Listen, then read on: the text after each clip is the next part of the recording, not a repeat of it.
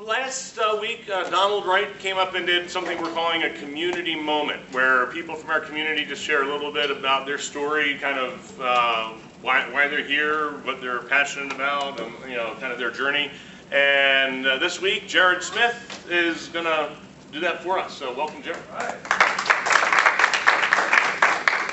Great. Morning, I'm Jerard Smith. Glad to be here. Just excited. I grew up in Alaska. Spent 18 years there.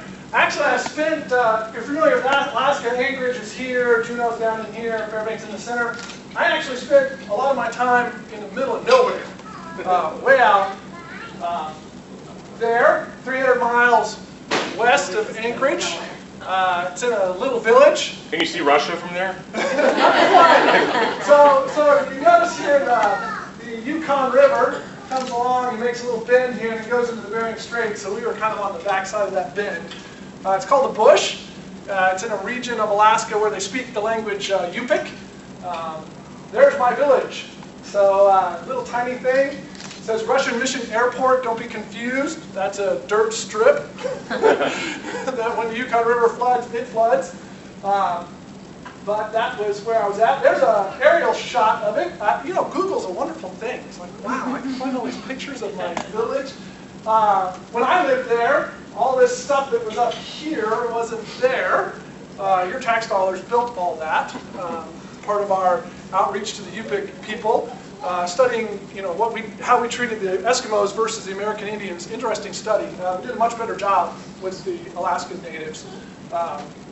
So my parents lived there as the school teachers. They were the two school teachers. We were the four white people in a village of about 160 natives. I did all kinds of fun things when I was out there that make it rather surprising that I'm actually alive today. And I tell stories from this experience that I had there, and I've often told these stories in church.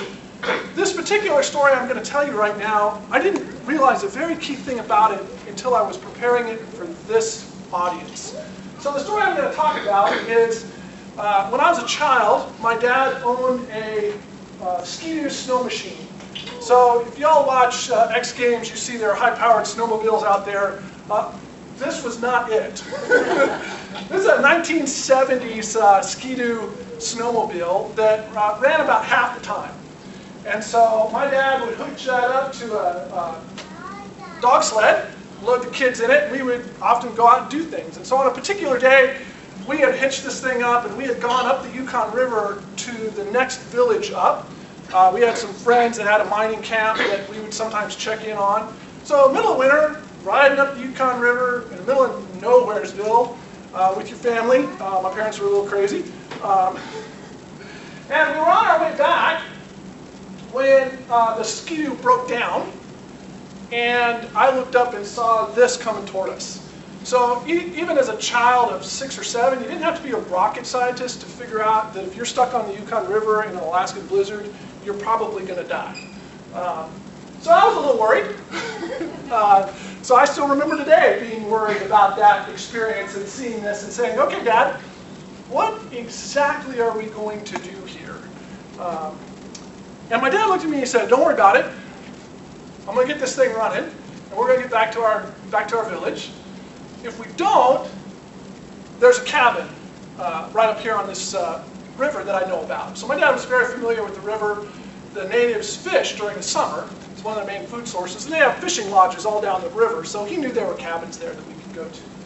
What struck me about that is there were two things that he was going to count on to get us out of there. One, the fact that that's not my dad. By the way, I'm not a preacher, right? So I can't tell preacher stories. My stories have to be rather truthful. But I may dramatize a little bit. So I didn't have a picture of my dad working on a Ski-Doo. I found an internet picture, so there's a little dramatization here. My dad knew how to work on small engines. He knew how to keep the snowmobile running, and he was going to count on his skill to do that.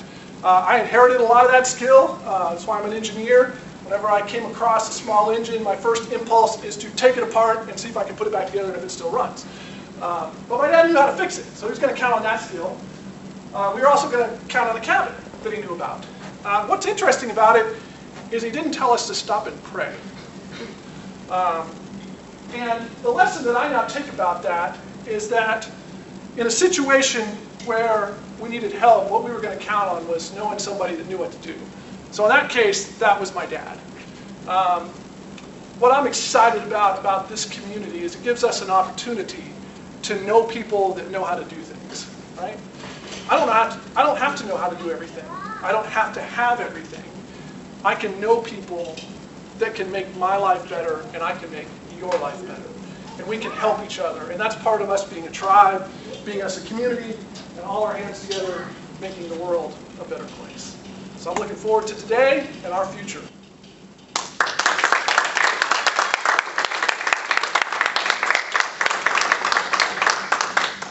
I've led a boring life.